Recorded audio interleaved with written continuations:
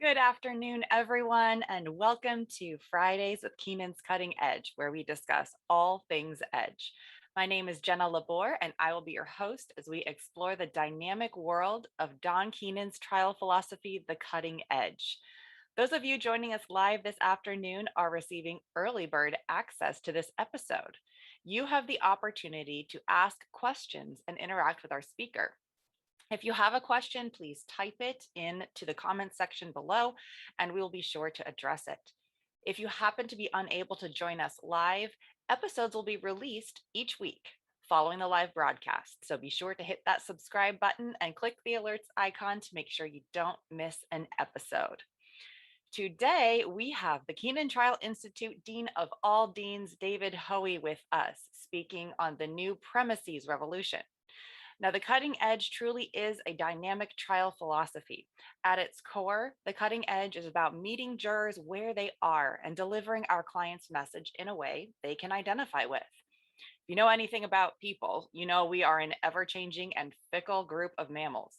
What works today to convince me of your case might not work tomorrow. Papa Don makes it his business to have his finger on the pulse of the people, and he regularly updates his methods to make sure we are all able to continue meeting their needs. David Hoey is a big part of updating those methods as Papa Don's right-hand man and currently heads up the premises section of Keenan Law Firm's referring attorney program. David practices law in Boston, Massachusetts. We'll put a link to his website as well as his contact information in the description below so that you can reach out to him directly with any questions after this episode. All right, David, tell us what is new and exciting in the world of the Edge Premises section. Thank you, Jenna. Good to see you from state of Washington all the way over here in New England. What I wanted to do today for the next 45 minutes to an hour is invite anybody who has questions during the presentation to go ahead and ask them. It's easier to address them as I move along than it is at the very end and run out of time. But I also wanted to show everybody how premises cases are actually very simple, easy cases to prepare. And where does it start? Well, it starts with certain fundamentals of law. So let me start like this. Every 4 minutes and 45 seconds, someone is a victim of a violent crime inside a commercial parking lot or garage. This is according to the United States Department of Justice statistics for crime for the years 2004 through 2008. As a result of that, commercial parking garage owners and managers must take all reasonable steps to prevent crime on their premises. In addition, commercial parking garage owners and managers, after a violent crime has occurred, must install cameras to deter a repeat crime in the same area. And also, commercial parking garage owners and managers, after a violent crime has occurred, must concentrate the security force in the area of the crime. Now, why did I lay that out like that? Well, premises cases are going to fall into one of these three categories: failure to warn of an existing danger, the failure to guard against a known danger, and the failure to repair and make safe when necessary. Now, there are some traps for the wary or unwary that hopefully I'll hit upon when it comes to certain kinds of premises cases. But normally, a premises case is going to fall into one of those three categories: failure to warn of an existing danger, failure to guard of a known danger, and failure to repair and make safe the property or premises. Now, the duty of these things may differ from between a landlord, a commercial property owner like a mall or parking garage or hotel, hospital, school, which is a hot topic these days because of the shooting cases. Hopefully I'll be able to address a little bit about that. Playgrounds, also considered a premises case. Municipalities, governmental properties and buildings. I mean, look at the I'll call it riot down on our national capital. That's a premises case. The reasonable standard. The reason I started off this presentation with a very strong statistic from the Department of Justice keeps track of the crimes in our country, which is fed by all the different police departments in our country and sheriffs, is this reasonable standard in premises cases. You know, unlike some products cases, which I also do a lot of, which is you have some strict liability in those cases. Premises cases can be similar to a strict liability case, but it's this reasonable standard. The problem with a reasonable standard is if you poll 12 jurors, or if you do this in a focus group or a real jury, you poll 12 of those jurors, you may get 12 different determinations as to what is reasonable under the circumstances. And some are going to believe that the reasonable standard is this extreme safety standard, and others are going to believe, no, it's something very less, and you have a whole bunch in the middle, and it gets very confusing. And I've even seen juries come back and ask a judge, what is reasonable? And the judge says, I can't tell you what was reasonable. That's something for you to determine based upon what was presented through expert testimony, blah, blah, blah, blah. So the reason I gave you the opening that I did wasn't as part, it was what commercial parking garage owners had to do, what we consider to be reasonable, which would have been supported by industry standards, which was supported by expert testimony, which was supported by a director of security, which was supported by police officers who testified in the case. Those measures deter crime by installing a camera, concentrate your security force in the areas of where the crime on the property has occurred already, and knowing what the crime data in the area or in the nation is, so that you can prepare for it. When it's presented in that format, reasonability becomes very clear. Well, yeah, that sounds reasonable to put cameras up, and the cameras will deter people from doing bad things. Yeah, that sounds reasonable to concentrate the security where the crimes have been occurring. And yeah, that sounds reasonable. Those are governmental statistics by the U.S. Department of Justice. They should know that. That's something they should know. It boils down to be as simple as that. What happens is plaintiff's lawyers complicate the you-know-what out of it and don't provide the jury with what is reasonable, leaving the jury to guess. And whenever you leave a jury to guess, they are going to fill in the blanks with their own determination because we didn't provide it to them. And this is the other issue becomes, if you're going to present what is reasonable, you have to also present that it's feasible. Feasibility. In terms of it's feasible, let's say this had 4 floors of parking garages. Well, that would be 4 to 8 cameras. You can have them pointed at all the elevators, or you can have them pointed at the floor. You know, the cost of doing something like that is not astronomical. It's feasible under the circumstances.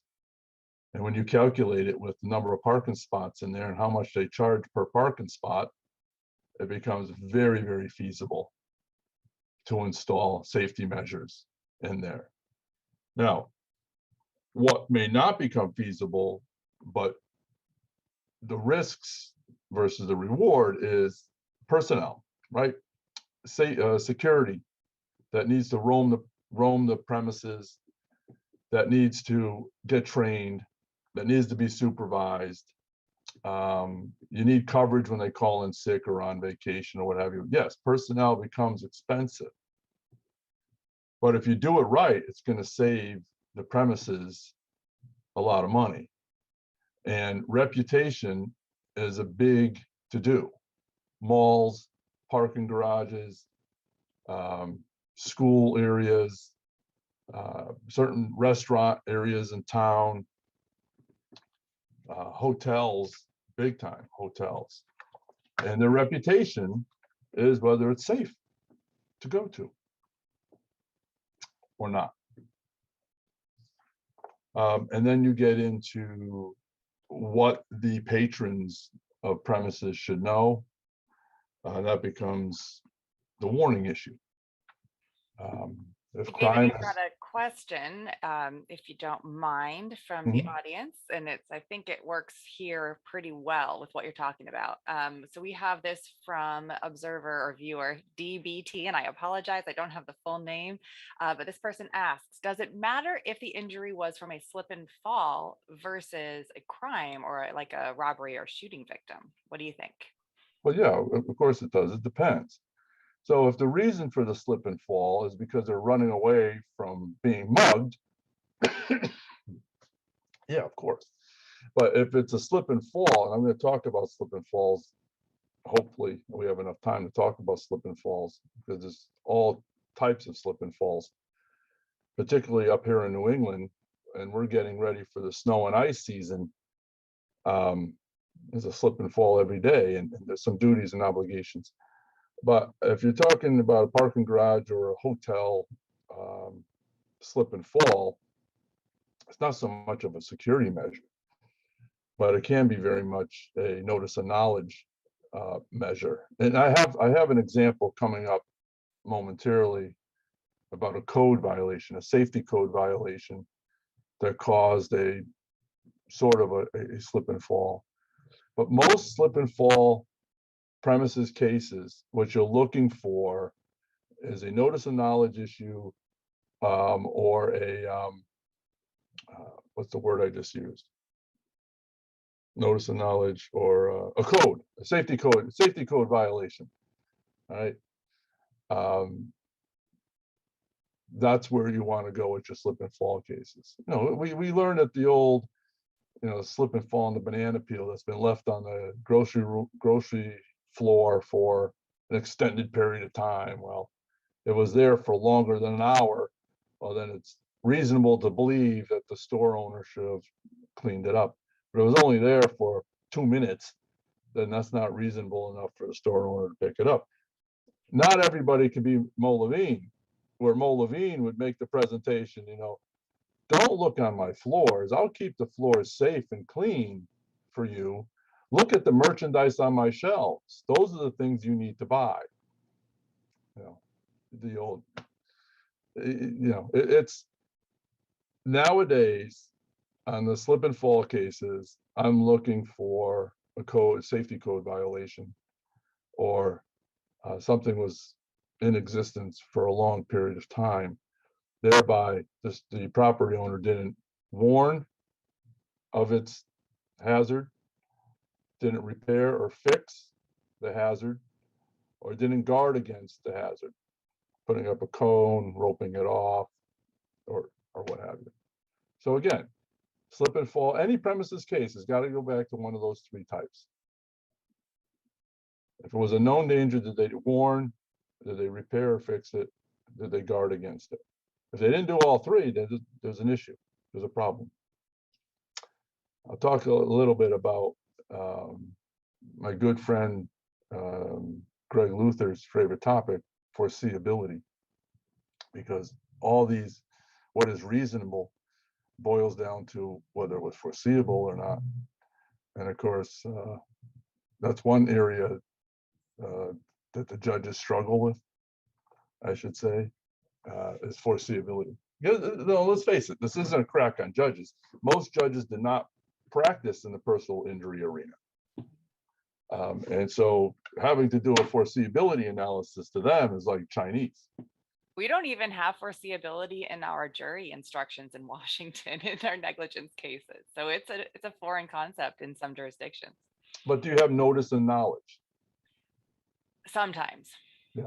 But that's what we always put, any evidence that we want to talk about in that area. It showed notice, they knew about it, they should have done something. That's foreseeability, right? Absolutely. Zone of danger you might have, okay, whether somebody falls within that zone of danger. You may have that in states that don't use the true word. Predictability. If something is predictable, it can be preventable. I mean, isn't that what foreseeability really is? Yeah. Absolutely. It's the ability to be able to do something about it and prevent the bad outcome. Yeah. Yeah. Or guard against it, repair it, or warn against it. Right? So it's a reasonable standard. This is one of the better standards. I took the Massachusetts definition, and anyone who owns property must maintain their property in a reasonable and safe condition for lawful visitors. But then we just answered it. The question remains, what is reasonable under the circumstances? And the example I gave you is something that's reasonable and feasible. And here we go to the foreseeability issue. We just discussed that at a good clip. Whether it was predictable is whether it's preventable.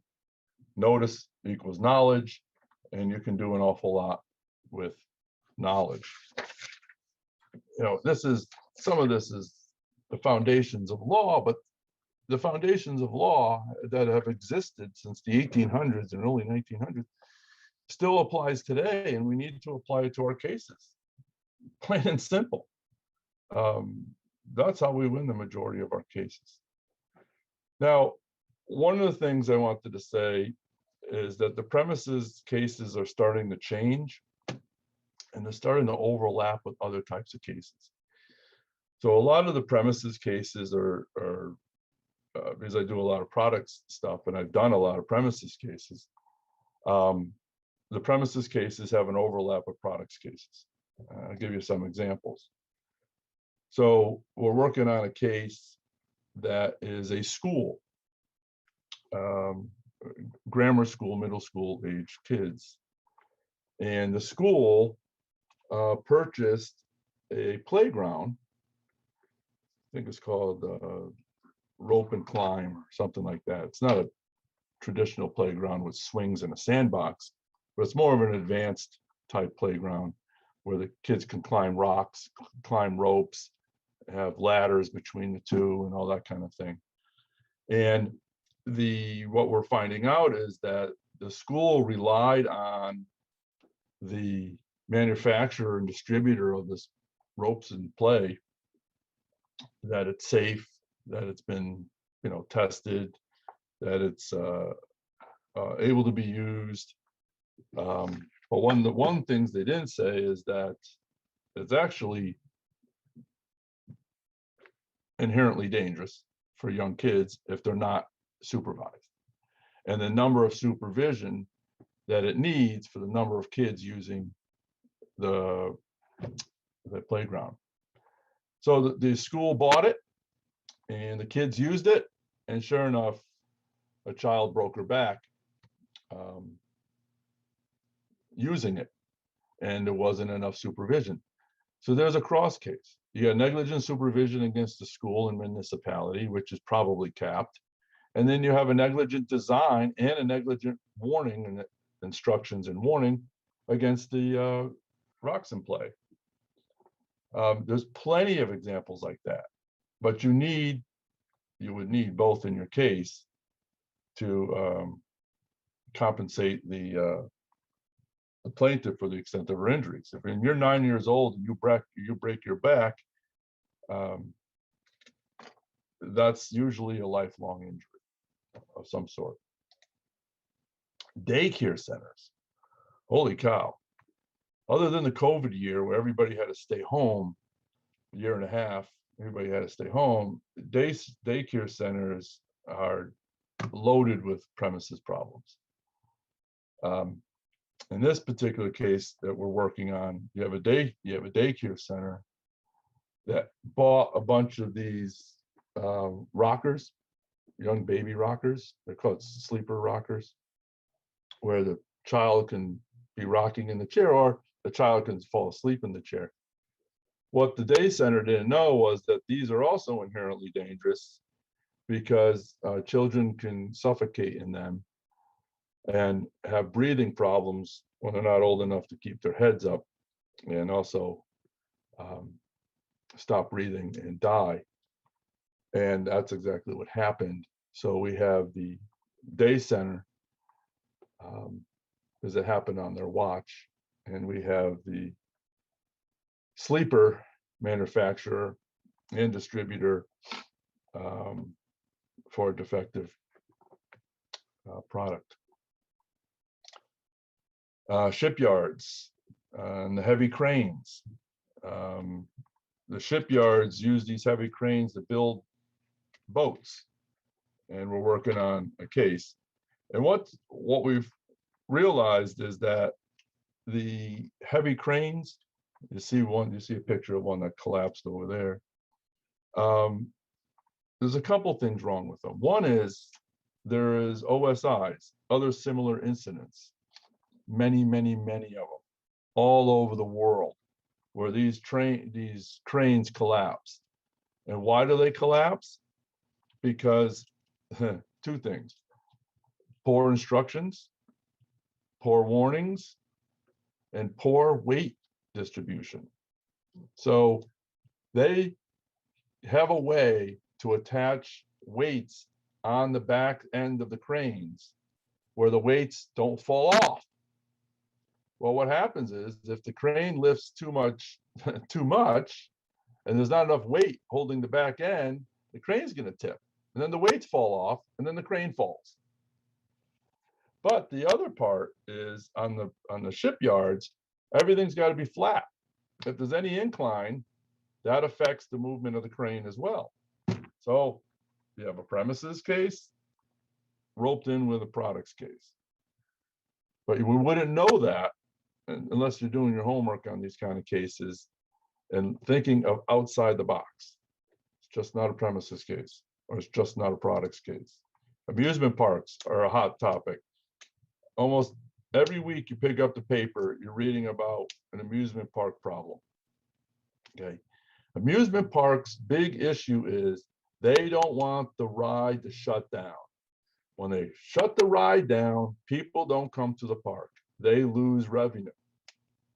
Hundreds, if not thousands of people, especially when the parks are open at night, ride a roller coaster. Because a roller coaster is really only a 3-minute ride. It might feel a lot longer, but it's only a 3-minute ride.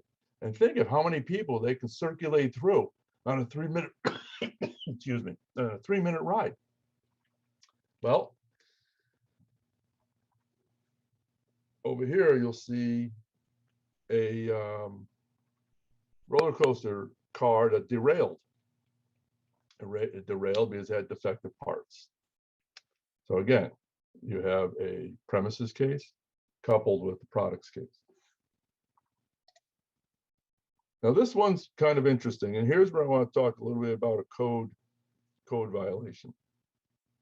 So back in the day when I used to do a lot of assisted living cases, nursing home cases, elder abuse and neglect cases, I used to get a lot of these what we call threshold cases. You can see my mouse down here. That's a small rubber threshold that's the same color as the carpet.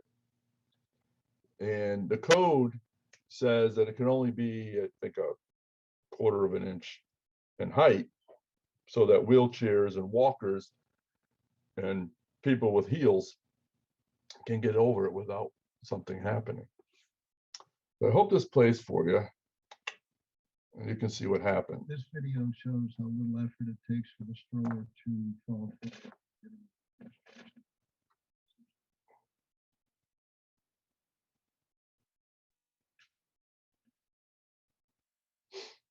All right, so you should get the idea.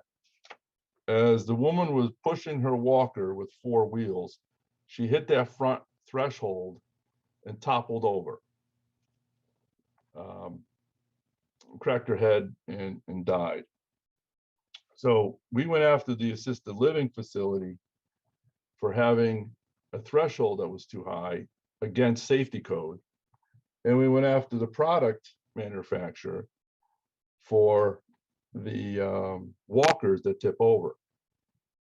Now, there's a plenty of those walker cases out there, but and there's a small, cheap device that you can put on there so that the walker doesn't tip. A little plastic triangle piece you can put on one of the front tires so it doesn't tip over if it hits a curbing or a threshold like that.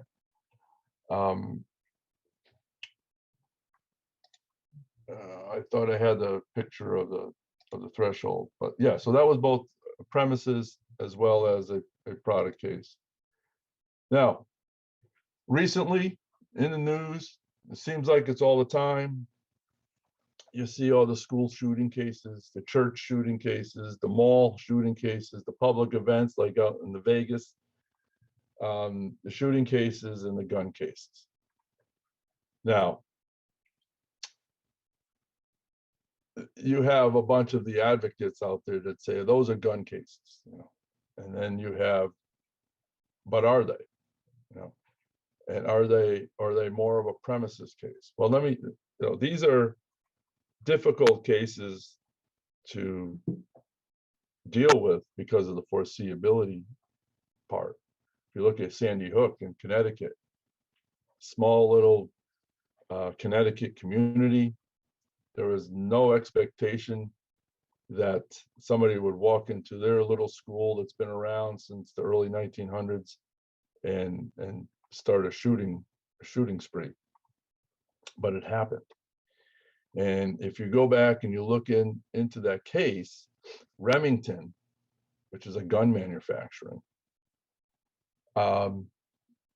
sort of did the right thing and contributed a large sum of money to the victims' families.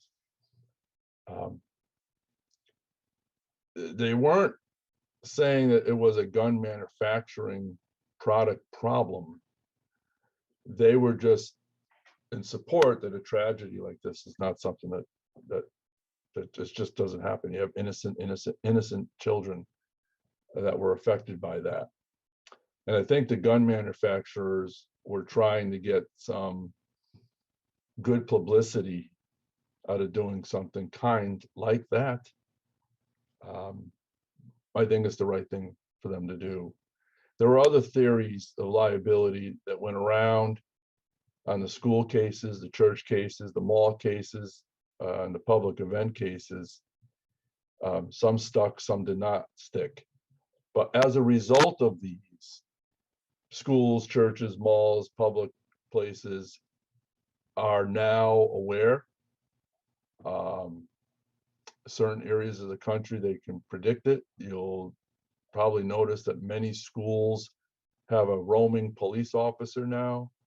You have to buzz to get yourself into the building. You can't no longer just freely walk in. There's cameras at the front doors now. The parking lots are now monitored. Some schools even have gone as far as having metal detectors at the doors. So these tragedies, as sad as they are, you know, the level of safety precautions that have gone into place, things like this shouldn't be happening again. And let's hope that stays that way. Now, there is a couple that I can talk to you about. For instance, anybody who's into music, anybody who's from the New England area, maybe even New York, a little bit will remember the Great White tragedy down in Rhode Island, near Providence, Rhode Island, in 2003. And this was 109 or 110 people that packed into a small club, bar type club, to listen to a heavy metal type rock band play. And their equipment caught on fire, and there wasn't fire protection, and about 109 or 110 people died and perished. There was trampling, there was a panic, and it was a mess. The bar slash venue had very limited amount of liability insurance, and the property was worth nothing, especially after it burned down. So the lawyers, to compensate these victims, had to look at other angles and other ways in which to get fair, just compensation for the victims. Now, I gave you a list here of all the contributors that contributed to that tragedy, and each one of them had a level of liability assessed against them. So when you wanted to boil down, how can this happen? Well, you started off with, there was no fire inspection. Then you started off with, they overcrowded beyond capacity the bar or venue. Then you went into all the things that contributed to the fire, the air conditioning, and the other products in the building, because this thing went up in flames in a hurry. Then you went into the level of staff and security, and why people were being trampled on and pushed and shoved, and they couldn't get out. It was bottlenecked. But here was the catch. Anheuser-Busch was the sponsor of the event. And Anheuser-Busch didn't do anything to check on the venue. They just put their banners up, sold their Bud Light, paid some money to have the band play, but did nothing other than that. And that was the hook to get Anheuser-Busch to contribute a lot of compensation to these poor people that just didn't deserve, out for a good time. They have the expectation that something like this isn't going to go wrong, and if something like this goes wrong, they're going to get out of it safely, and they didn't. Maybe they relied on the fact that Anheuser-Busch was sponsoring the event. Maybe they didn't. But either way, Anheuser-Busch, as a sponsor to this event, had liability. And again, my point is, you got to think outside the box and look at the radio station that shared in liability, because they promoted this. Again, they were selling the tickets, they were promoting it, but they did nothing to determine whether the venue was a safe venue. And that led to a level of liability, to a level of compensation. I don't know if it was fair and just, but it was something for that many victims. Remember the Aaron Andrews case in 2008, the peephole incident against Marriott? Okay, that's a premises case. Let me tell you this, okay, after doing a few hotel cases, that stuff happens all the time. We only heard about the Aaron Andrews case because she's, in the limelight, but it happens all the time. All sorts of security breaches, it happens. there's all sorts of ways that people fool the front desk to get into the hotel and get access to certain rooms, whether it's for robbery, whether it's to pursue somebody. It's bad. And you need to be aware of it. It exists. Identity theft is big. That's big in nursing homes and assisted living as well. The aides steal the residents' identification, and they go out and they get credit cards. And I've even had an aide buy a home using an elderly person's information. So the hotel industry is well aware of these problems, and oftentimes let their guard down. Yeah, they have video cameras now all over the place, but here's the issue with video cameras in premises cases. They're designed to deter, and they do, but not all the time. Good security using cameras, there's somebody watching the cameras at all times, and then can intercept when there's an issue. But again, that costs money, and then you have to pay somebody to sit there and watch 15 different monitors. But it can be done. It has been done, and it's a good way for prevention. And there's cameras now hidden in places you never even knew they're hidden. Check the plants out next time you go into a hotel. Look around in the plants. They look like it's a water spout when it's really a camera. So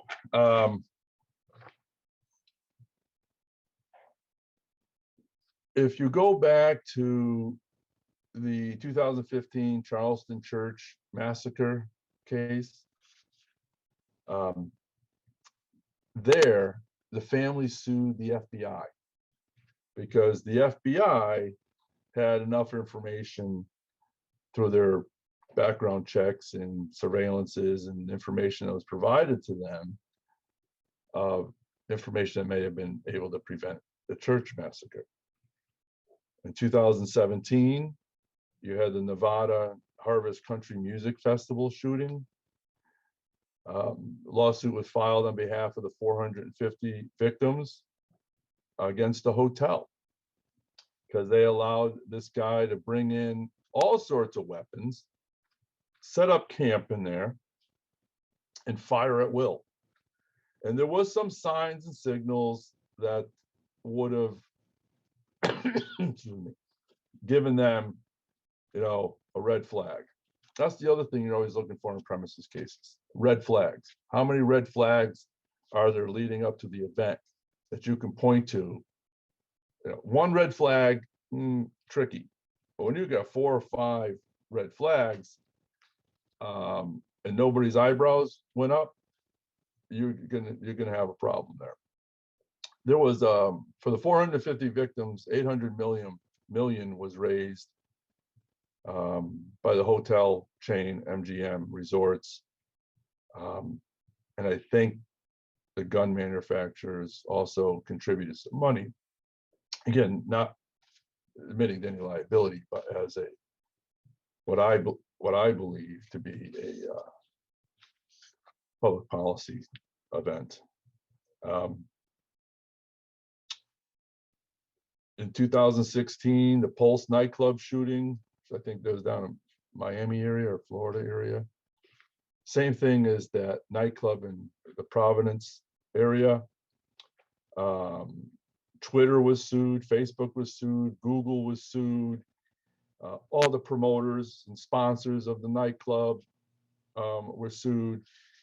So, my whole point is you got to think about what is reasonable under the circumstances and thinking outside the box when we have these tragedies like this.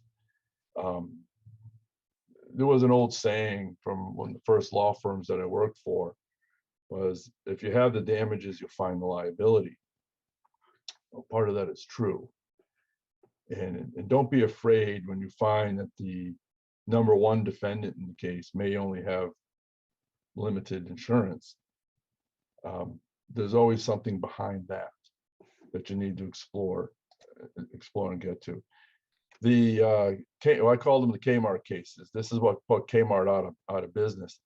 For years, Kmart used to sell guns to minors and people who are not qualified to purchase a gun, and then that gun would be used in crimes, were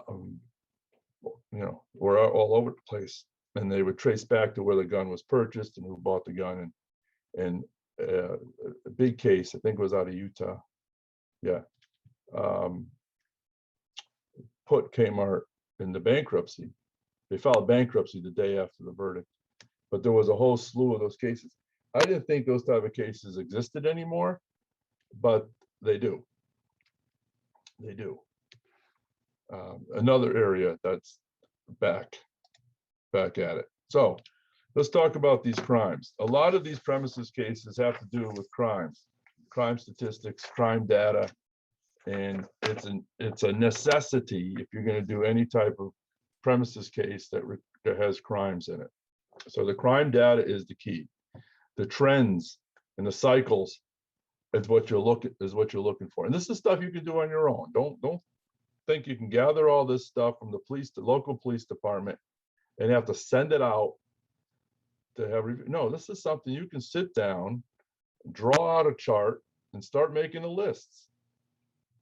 And here's the thing, here's a mistake I've often seen, that the attorneys who gather all the crime data are only looking for the violent crimes. No, you want all crimes. And the reason you want all crimes is because the petty crimes, the misdemeanors, the light crimes escalate into the violent crimes. It just doesn't start with violent crimes. It starts with the small stuff and moves its way up to the big stuff. And so all the crime for the site in which the crime occurred, the premises that you're about to bring a claim against, as well as the surrounding area, and expand it as much as you can. So for instance, the city of Boston is broken up into zones. This was zone A1, where we had a case in Boston. It was zone A1. So we got all the crime stats for zone A1 and found that it was a high crime area. Well, then we said, well, you know what? Let's compare it to A2 and zone B1, which were like adjacent crime zones. Oh, lo and behold, low crime areas. So we knew we had the hot spot, and the premises was sitting within the hot spot, and it had its own crime, which I think I can show you in a second. And this is the trend you're trying to show, that there's decreased security at this particular place, but there was an increase in crime. I think I have that coming up.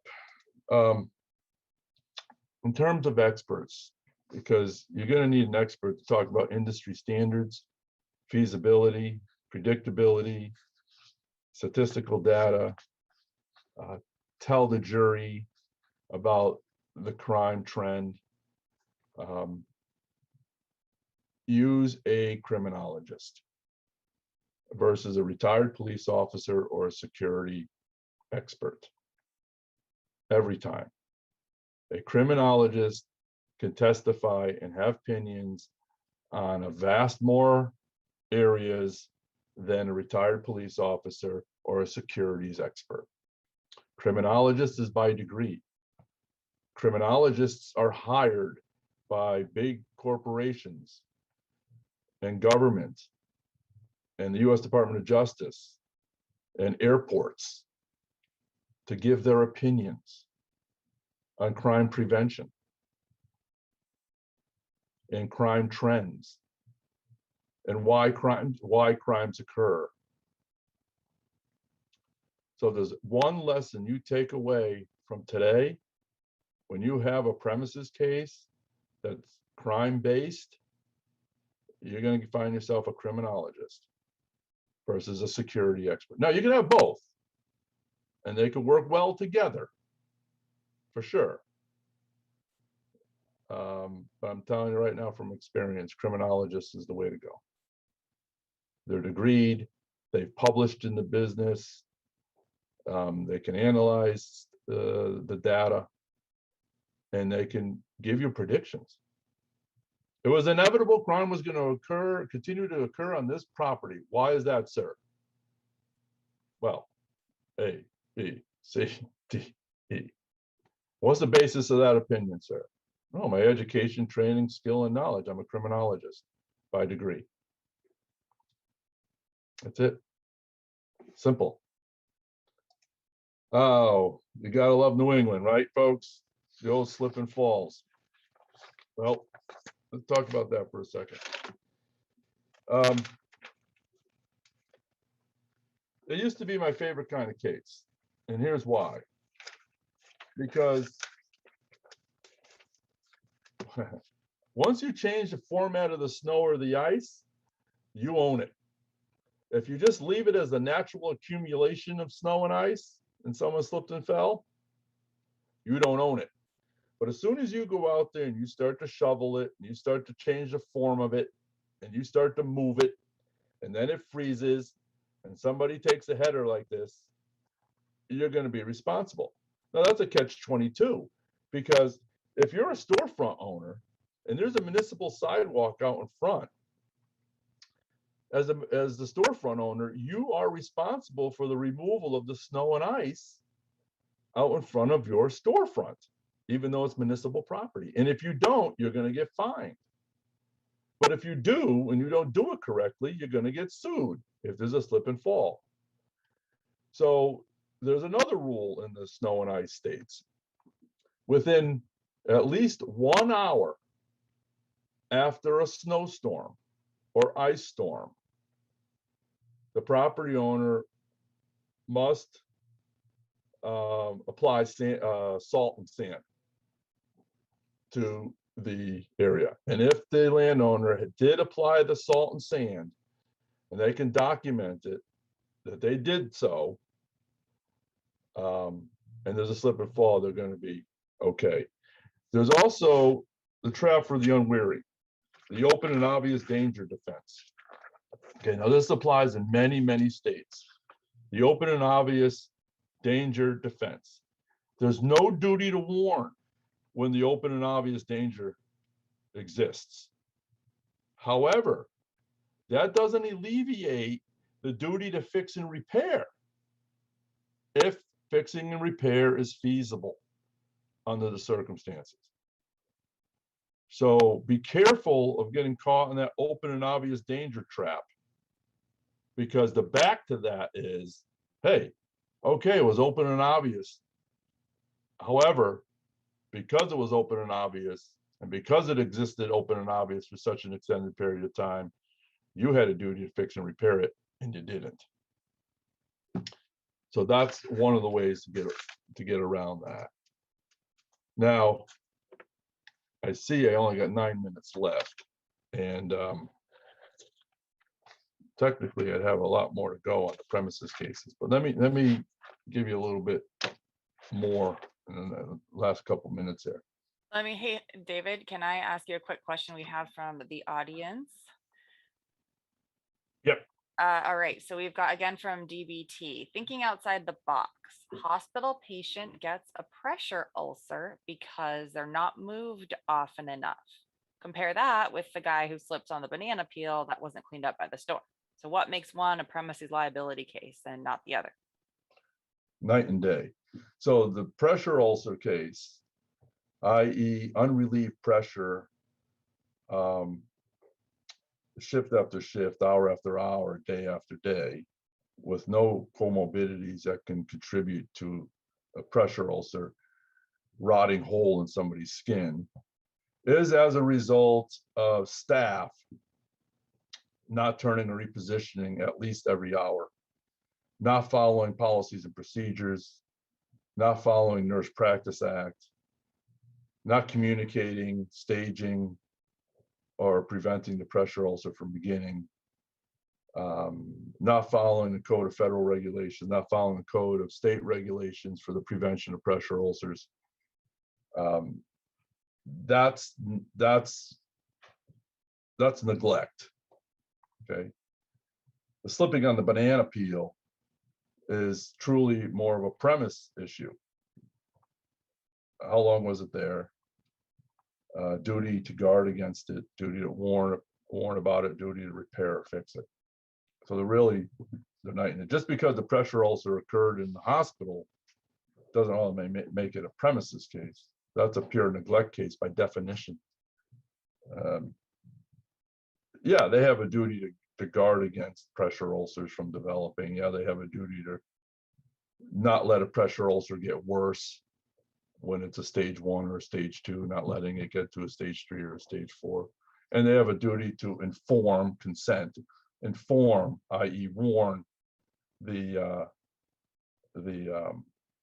patient's family about the development of a pressure ulcer. So night and day, but only because I only got a couple minutes left. Let me go real quick.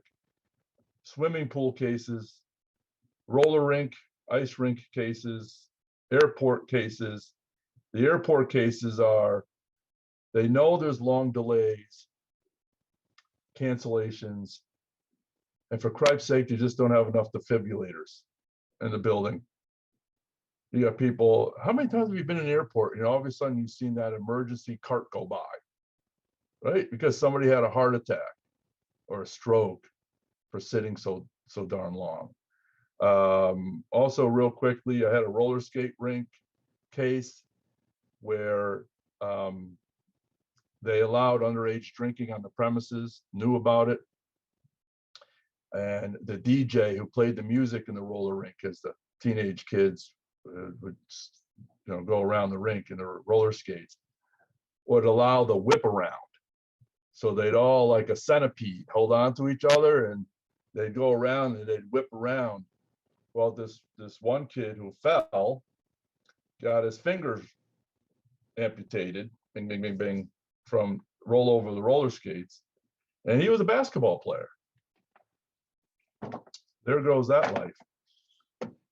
All, you know, it's, again, notice in the swimming pool cases, they're very interesting as well, but those are mostly supervision and lifeguard type cases. If you've ever been a trained lifeguard, you know that they're supposed to be, you know, it's 3 second, 1,002, 1,003, and they're looking, you know, A, B, C, D, all the way across the pool.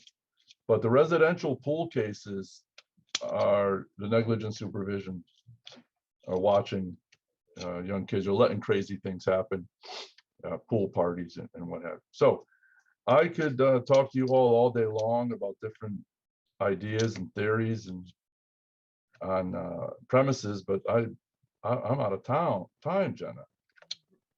Okay, well, we've got about 4 minutes left, and you can either wrap that up, or I have a couple questions that came to me. Fire up. As you were going. All right.